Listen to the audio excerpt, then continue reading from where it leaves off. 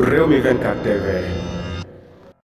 dal leen ak jàmm mbokk yi Walfadjri la voix des sans voix Walfadjri télé askan bi Walfadjri ñu bari ci sénégalais yi ñu ngi wax ne moom rek moom moo fi des ci télé boo xam ne dafay joxe ay information yoo xam ne daal lëgg rek lay doon moom moomee di télé bii di Walfadjri nag umpale woon benn yoon dañ koo tëjoon ci jamono yi passé mois juin bi yëpp daal dañoo dagg seen signal ngir diggante Ousmane Sonko procès boobu nga xam ne verdict bi daal dinay génn ñoom waa Walfadjri ñooñu daal nekkoon ca combat boobu nga xam ne rek moom mooy sénégalais yi liñ doon def daal loolu waral ñu daal dagg seen signal boobu ak léegi nag xam ngeen ne daal dinay mat weer tey jii rek di 1er juillet ñu bari ci Sénégal yi ñu ngi toog di xaar ñu daal di indi signal boobu nga xam ne moom mooy télé askan bi ñu bari nag fi mu toll ni daal ñu ngi sappe seeni télé waaye gisuñu signal boobu depuis daal le 1er juin ba le 1er juillet bii daal signal Walfadjri boobu fi mu toll nii ñu bari ci Sénégal yi ñu ngi wax ne la moo tax ñëwul ba léegi rek te ñoom dañ ne woon 1 mois rek lañ leen daan boobu ak léegi daal nit ñi bari ñu ngi toog jël seeni commande télé zappe jàkkaarloog seen télé ne ñoom Walf rek la ñuy safa Walf la ñuy seetaan waaye fi ñuy wax ak yéen ni daal gis nañ ne signal Walf bi daal ñëwagul ci TNT bi kon loolu la ñu nemmeeku